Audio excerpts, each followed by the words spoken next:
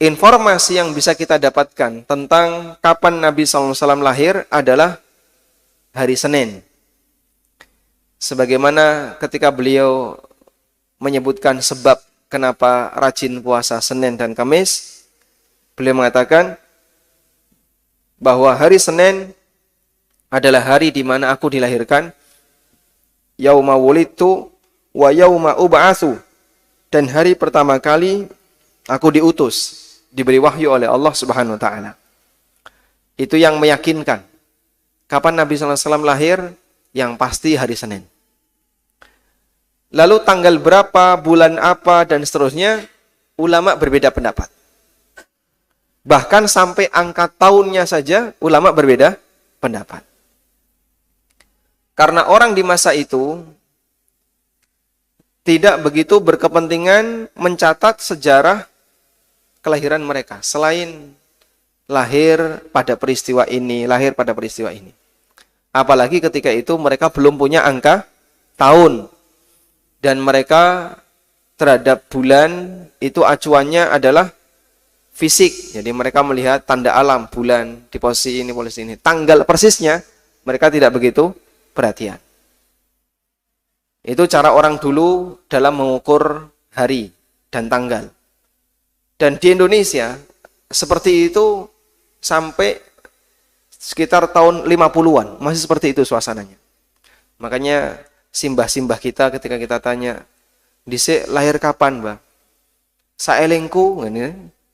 Zaman Jepang, saya lahir zaman ini, saya lahir ada peristiwa ini." Sampai untuk memastikan usianya berapa, ya antara 81 sampai 83. Usia aja pakai rentang, Mbak. Karena dulu, orang dulu nggak begitu perhatian. Itu padahal jaraknya baru 80 tahun yang lalu. Apalagi yang ribuan tahun yang lalu. Sehingga banyak sekali dalam biografi para sahabat. Berapa usia sahabat ketika meninggal? Ada yang mengatakan usia meninggal beliau di usia 60 tahun. Dan ada versi yang lain 63 tahun. Ada versi yang lain 64 tahun. Itu sahabat. Termasuk Rasulullah SAW. Mereka, para ahli sejarah, berbeda pendapat dalam menetapkan kapan persisnya tanggal kelahiran Nabi Sallallahu Alaihi Wasallam. Baik, coba kita lihat untuk bulan kelahiran beliau. Mengenai bulan kelahiran Nabi Sallallahu Alaihi Wasallam, jumhur ulama mengatakan beliau lahir di bulan Rabiul Awal. Ini pendapat jumhur ulama.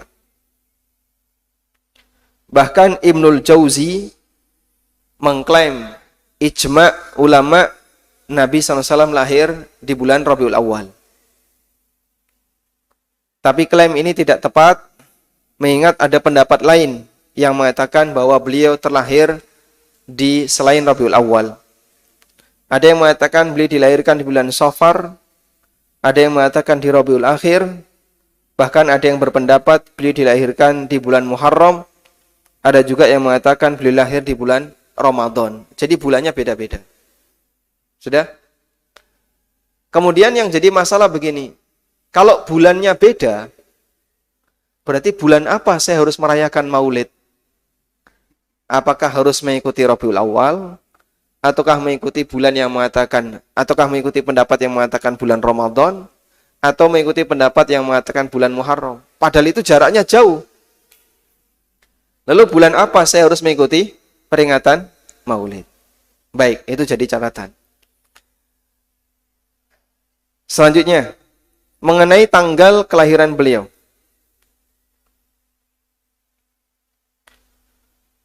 Jika kita fokus pada pendapat jumhur bahwa Nabi SAW terlahir di bulan apa?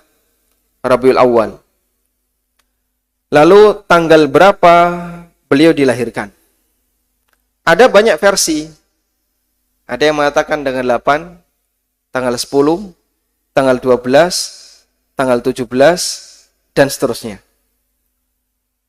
Dan ada yang mengatakan 8 hari sebelum habisnya Rabiul Awal, berarti tanggal 22. Ada banyak versi.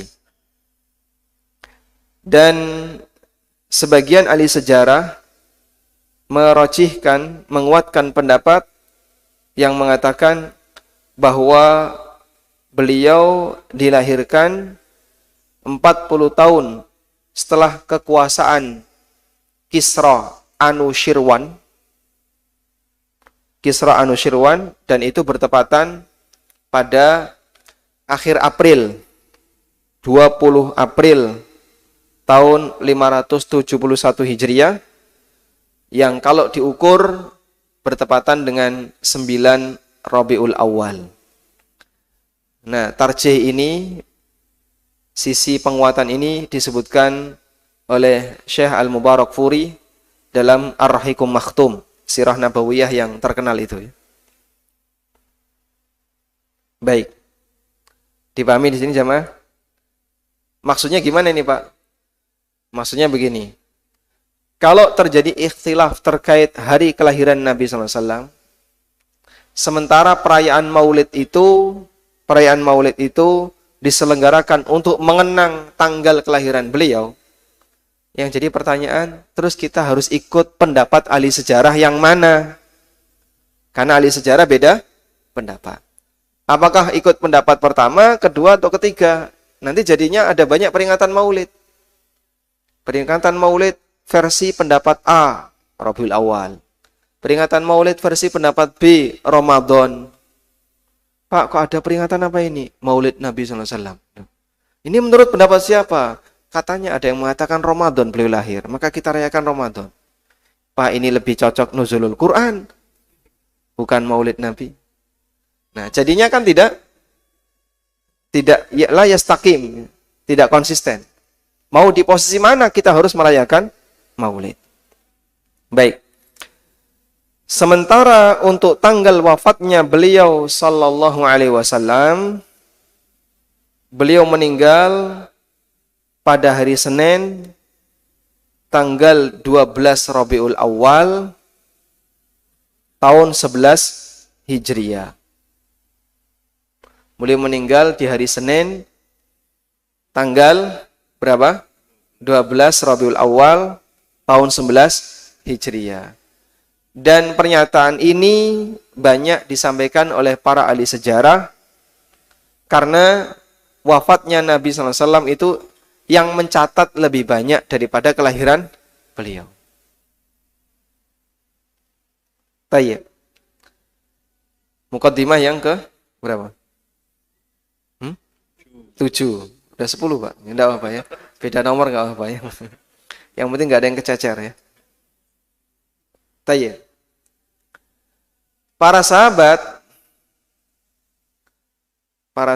dan ahli sejarah, perhatian mereka terhadap hari kelahiran Nabi tidak lebih besar dibandingkan perhatian mereka terhadap hari kematian Nabi SAW. Saya ulang ya. Para sahabat dan ahli sejarah, perhatian mereka terhadap hari kelahiran Nabi SAW tidak lebih besar dibandingkan perhatian mereka terhadap hari wafatnya Nabi SAW. Karena hari kelahiran Nabi SAW itu tidak ada hubungannya dengan syariat. Nabi mau lahir tanggal berapapun, ada nggak pengaruhnya terhadap hukum Allah? Tidak ada. Nabi SAW mau lahir bulan apapun, itu tidak ada hubungannya dengan syariat. Sebab beliau tidak menerima wahyu ketika dilahirkan. Apakah beliau sudah menerima wahyu sejak dilahirkan? Tidak. Oleh karena itu, berbeda dengan kematian. Itu adalah batas terakhir wahyu turun. Sehingga setelah kematian beliau, tidak mungkin lagi ada wahyu yang turun. Dan dalam posisi ketika beliau sudah menjadi manusia besar, tokoh besar di masyarakat, maka tentu saja yang mencatat, yang memperhatikan itu lebih banyak. Beliau meninggal di hari ini, di bulan ini, di tanggal sekian. Siapa saja yang mengiringi, yang memakamkan jenazahnya, siapa yang memasukkan ke dalam kuburan, itu lebih banyak dicatat. Karena beliau sudah menjadi tokoh besar. Saat beliau lahir, yang punya perhatian hanya keluarga. Orang lain kan tidak tahu kalau beliau ini akan jadi calon Nabi. Apakah masyarakat Quraisy tahu bahwa Nabi Muhammad SAW adalah calon Nabi ketika beliau dilahirkan? Tidak tahu. Masyarakat Quraisy tidak tahu ketika Nabi SAW dilahirkan akan jadi calon Nabi. Sehingga pamannya sendiri yaitu Abu Lahab gembira dengan kelahiran Nabi Muhammad SAW bukan karena dia calon Nabi, bukan karena beliau nanti jadi calon Nabi, tapi karena ini adalah cucu atau keponakan dari saudaranya yang sudah meninggal. Sehingga muncul rasa sayang. Bapaknya sudah mati. Kemudian lahir seorang anak lelaki. Itulah yang kemudian membuat Abu Lahab menjadi cinta kepada Rasulullah SAW ketika beliau dilahirkan. Bukan karena ini nanti akan jadi calon Nabi. Begitu jadi Nabi malah dimusuhi. Demikian pula keluarganya yang lain. Apakah kemudian masyarakat Quraisy yang menjadi musuh Rasulullah SAW tahu bahwa nanti ini Muhammad kecil nanti akan jadi Nabi? Tidak tahu. Mereka nggak tahu kalau ini nanti akan jadi calon Nabi. Baik. Berbeda ketika beliau meninggal dunia. Karena beliau sudah jadi tokoh besar, maka perhatian masyarakat kepada beliau jadi lebih besar. Ini adalah kematian seorang Nabi, sehingga harinya, tanggalnya, bulannya itu tercatat. Makanya sebagian ada yang memberikan kesimpulan peringatan Maulid di tanggal 12 Rabiul Awal itu lebih dekat ke arah mana? Lebih dekat kepada hari kelahiran ataukah peringatan hari kematian?